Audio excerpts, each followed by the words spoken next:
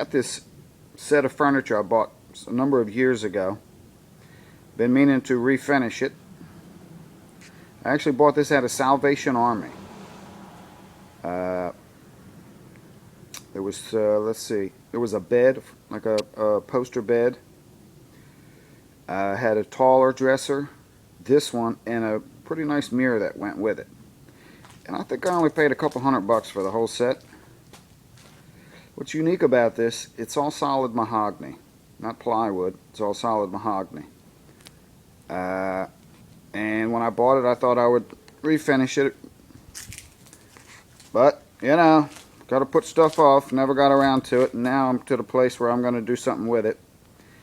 So I just wanted to kind of get a picture of before and after. I'm going to strip it down. I'm not sure exactly what type of finish I'm going to use on it yet. But I want to try to go back with this same brownish, reddish color. But I think it'll come out pretty good by the time I get it tied up. First thing I do, I take these drawers out, and a couple of the dovetail joints were a little bit loose. So I got these all clamped up. Oddly enough, every time they were loose, it was always the left-hand side in the front. So what does that tell you? I don't know. So now we got this starting to strip it out here. You know, the commercial, it always looks so quick and easy, but the truth of it is it goes a little bit slower than that, especially if it's a deep stain like this is. Now, you know, it's going to look real easy when you're doing flat surfaces, because you can really just get your sander on there once the hard finish is off and just take it down to what you need. But the hard part is getting all these details of the molding, because you can't get a flat sander in there.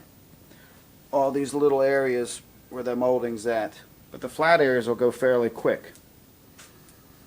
Also, this back leg here, I had to replace this this little block in here because that was missing, and this piece here was partly broke off. But thankfully, when it got broke off, somebody put it in one of the drawers, so I had it and I glued it back in place. So that's going to work out good. So I started stripping a couple drawers over here, coming along. Again, I can take that palm sander in just a few minutes, hit the flat areas. That's real easy. It's no problem. It's the details along the edge of the drawers and stuff. You got to get that out and get that stain out. And you can't really do that with anything but hand sanding. And you got to be careful, because if you use a sanding block that's flat, it'll you know, mess up that nice radius profile. So that's where we're at so far. Got most of the finish off. Got a lot of it already sanded, ready for one finished coat of sanding. Took a lot of work, to tell you the truth, to get all that red out of there. There was a lot of red deep in there. Every time I put the stripper on there, that red just kept coming up. One of the things I found to work pretty good, you know, you see these how-to videos and people use a, you know, drywall putty knife to put your stripper on there, and it just shovels right off of there. But, you know, I have found in reality it doesn't really work that easily. But one of the things I found that worked pretty good was this paint scraper. You got to have it pretty sharp. But if you pull that thing right across there, it'll get a lot of that once it's softened up. Now you got to be careful you don't, you know, dig into it and scratch it. Of course, I'm going to go over it good with my random orbital sander, and it'll get the rest of it out. But that worked pretty good. I'm almost ready to start putting some stain on it. Got to figure out what color I'm going to go with. Got all my drawers back there lined up. Most of them are, I'd say, about 90% ready to go. Again, the flat parts are easy. You can just knock those out with a sander. When you get to the curved parts, that's where you really got to be careful, because if you use a sanding block on, say, like a profiled edge like that, you don't realize it until you put your finish on, but you'll end up with all these flat spots wherever your block was touching. So you have to kind of use your hand and go easy so that you don't ruin that that nice radius. So I'm getting close to the place now where I can start putting my finish on it.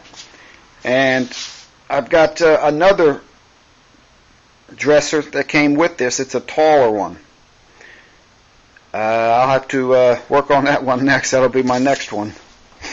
I'm trying to match the original finish because the bed, I'll post a picture of the bed. The bed has a lot of detail in the posters and everything. It would be a pain to try to strip out of there. So I'm going to try to leave the bed and just put some of that restoration stuff on there and see if that'll doctor it up. Now, I use this random orbital sander I bought years ago to do a lot of sanding with. If you don't have one of these, you really need to get one because it's night and day between a finish sander like this, which I never was really that crazy about this sander, and I've even had the bigger half-sheet Porter Cable one. This one here will do work at 10 times the rate. It's something between a finish sander and a belt sander. Of course, a belt sander, you get yourself in trouble. But let me just show you how quickly this will remove this finish on here. And really, it's good for sanding any project quickly. And then I'm using a 120 grit, which is a moderate grit. But you can see how quick it'll work.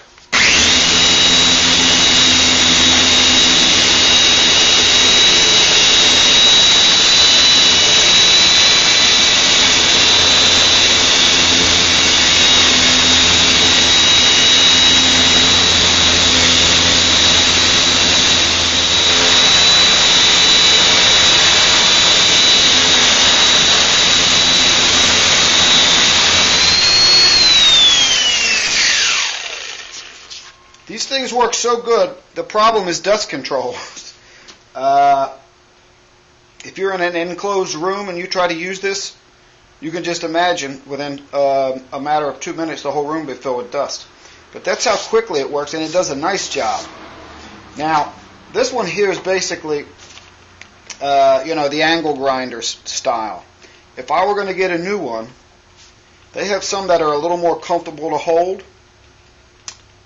And I would go for that because this is a little bit awkward to hold a lot of times, especially if you're doing something one-handed.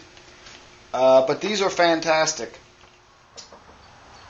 Now, one of the hardest parts of any project is the finish, because you try to match a color that you're looking for or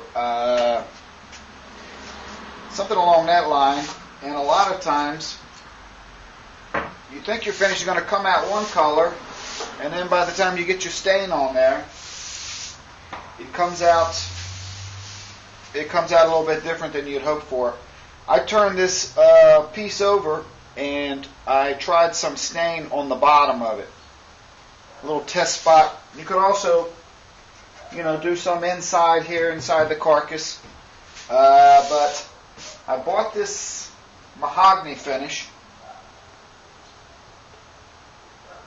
And it looked real good on the sample, but you can't really tell by the samples because often the samples are oak and pine, and that's it. Well, this is mahogany, which is a whole different species and color, so it was unpredictable how it would turn out. But from the test pieces I did on the bottom, it looks like it's going to be a pretty good match to what I'm after.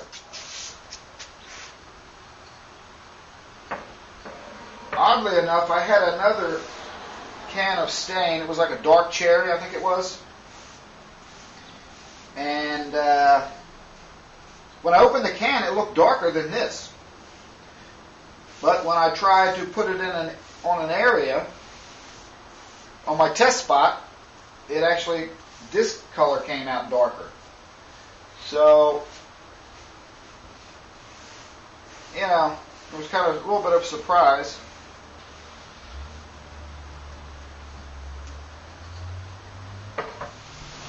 All right, got this baby all finished up.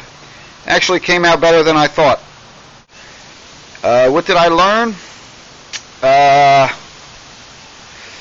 One of the mistakes I made after I had my stain put on and I went to put my finish on, I had some latex gloves on.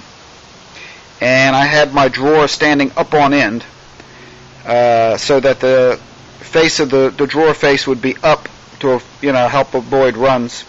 And I touched the drawer fronts in a couple spots.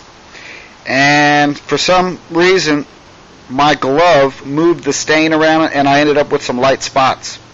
Basically fingerprints almost. So I didn't even recognize them at first, but after that coat had dried, I realized it. So I just sanded those fronts off again and restained them and did it again. The other thing is, a lot of times when you put a clear coat on, you'll end up with these little tiny bumps here and there. They're just little tiny ones. If you try to sand them out, what'll happen is you end up going right through the finish because you only got maybe one coat on. So what I found, I took my credit card and kind of just, took it right across there and just knocked all those little bumps off. And then went on with my second one. I didn't even sand until probably the third coat. And really that was just a little bit of steel wool. And it came out pretty good. I got to say it came out pretty good. Of course, the hardest part was just sanding those edges around all the drawers. And, of course, at the bottom, that detail at the bottom. So I've actually already finished the other one. I have a tall one that goes with this. That one's finished. And that one's in the living room right now, just getting ready to be put back together. And that's about it. So I would say this particular little job was a success, and I'll see you on the next one.